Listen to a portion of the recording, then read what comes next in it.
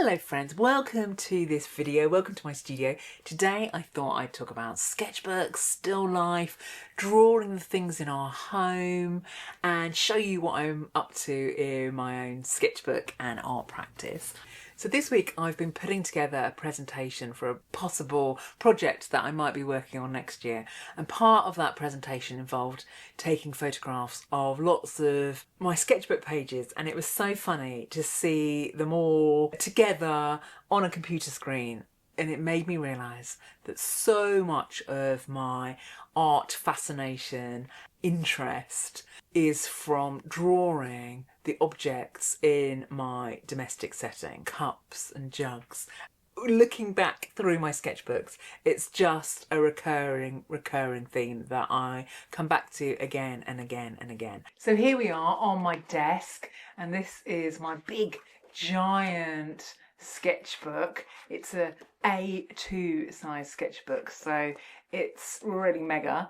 And this week I have been using a pencil and just drawing some objects in my house. A coffee cup, a pot plant, a jug, and just repeating, looking at those objects and putting together different compositions. I've been using a 14B Faber-Castell Pitt Graphite Matte Pencil. A few folk have kindly recommended this pencil to me, saying that I'd like it, and I do really like it. It's super dark and I really love that. I love that real dark, inky energy in a pencil.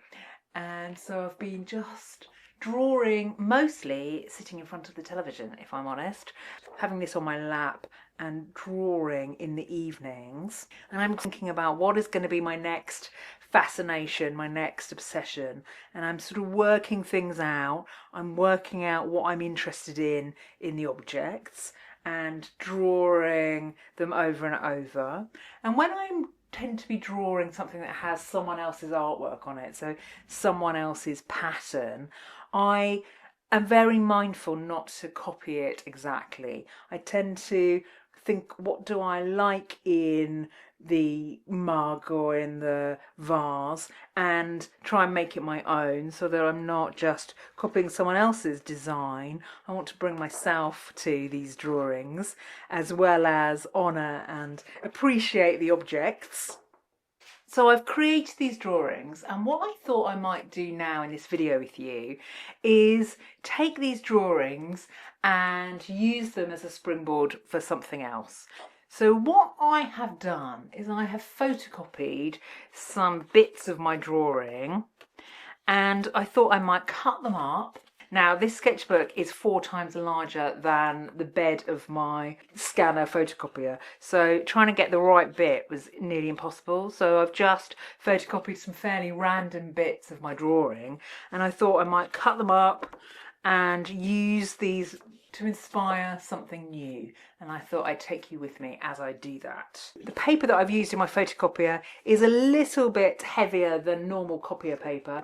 I think it's 160 GSM, but it goes through my photocopier printer fine. Obviously different printers and different photocopies can handle different weights of paper, can't they? So this isn't a tutorial, I'm just taking you with me as I mess around in my studio, really. My plan is to cut up these photocopy pieces and rearrange them in different ways to look for different combinations.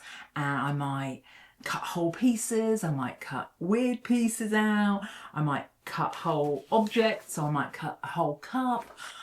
I don't know what's going to happen, and that's half the fun, isn't it? I'm just wanting to take something that I've already created, the original drawings, and move them in a direction. And the reason I'm doing this is because I think taking our drawings, photocopying them and then recollaging them gives us a different perspective on our drawings. It's a low stakes way of messing around with our drawings without having to recreate really complicated drawings.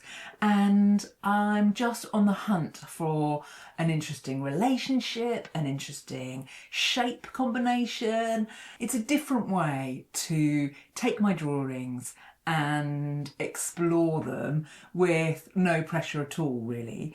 I might even not stick them down. I often do this kind of thing where I cut out bits of my drawing, rearrange them, try and find a pleasing composition, take a photograph, move it around again, take another photograph, move it around. There's a freedom and a playfulness. And initially my plan was I was just going to do it on a big bit of white paper, but I've got a big bit of white paper. One of the things that's bothering me is that this paper that I've photocopied on has got a real blue-white brightness, and this paper that I've got here is a sort of warm white, and I'm just finding the difference between the two irritating. So I've had a good old rummage around in my plan chest, and I've found these old painted bits of paper that have got acrylic stripes on them in various colour combinations, and I must have painted these 6 years ago, 8 years ago. I can't remember why I painted these. I think it was for a project or a client. So I've got these big bits of sort of paper with some colour on, and I thought it might be fun just to see how the drawing sits on these different bits of colour. And it might look a hot mess, and it doesn't really matter, does it? So I'll cut up these photocopy pieces and take photographs of anything that I find interesting. If not, I'll reuse them in something else. I'll stick them in my sketchbook, and nothing is wasted. It's all creative compost, as I like to say.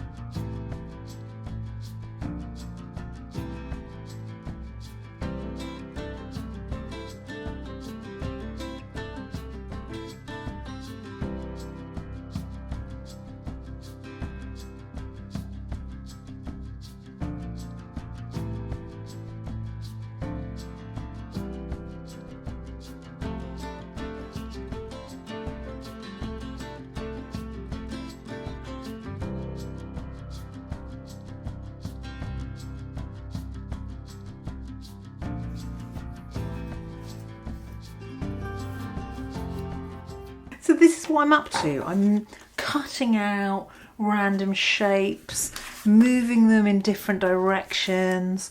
I'm really just playing and wanting to tune into what I find interesting, what I find visually pleasing. At the moment, I'm really enjoying the black and white against the colour. There's something that I think I want to explore there with the colourful paint and the black and white. That is appealing to me. There's also something I like about the quirky shapes, the things that have happened when I've cut out a shape and then left what's behind. There's just something really pleasing. So I could carry on like this for an afternoon and have no real resolution. The key for me is to be playful and interested and curious and think, well, what do I like here? And record it and remember it. And it's so interesting to think about why we draw what we draw, why we create what we create. You know, there's a reason that we are drawn to the subject matters that we're drawn to. And I've been thinking about this recently. You know, I've always loved decorative ceramics and interesting cups and mugs and jugs. I grew up in a family that also liked ceramics. My parents often used to take me to potteries to meet the artisan or craft fairs to meet the people that had made the things that we were using, and I really appreciate that sense of a thing well made. I get so much joy and delight from a beautiful cup. I'm I'm sort of reminded about this on a daily basis because my husband will pick the ugliest mug to have his coffee in. He doesn't mind at all. And I'm sort of amazed that he does that because I can't conceive of drinking my cup of coffee from an ugly mug. His choice sort of holds a mirror up to me and makes me realise that I'm probably a little bit weird in my particularness about the objects that I want to use on a daily basis. A few years ago we had a house flood and it was all very boring, and we ended up moving out of our house for about 7 months with just a hold-all of a few clothes. None of our belongings really at all. And in that time when I was living in some temporary rented accommodation, I yearned for and missed the objects of my day-to-day, the things that I find beautiful and interesting, that I surround myself with, that I live with. And that was driven home to me when I was poorly, actually, and didn't really leave the house for several years, that I got so much joy and delight from interesting things, beautiful objects. And most of these objects are from, you know, secondhand shops or junk shops or things that I've inherited from my own parents. So they don't necessarily have a monetary value, but they do have a aesthetic value and a sentimental value. And there's a sense that I really cherish some of my day-to-day items. And so I think that's why they appear in my art so frequently. But that brings us to the end of this video. I hope you enjoyed it. Thank you so much for watching along and being so kind and thoughtful in your comments. It's so lovely to hear from you.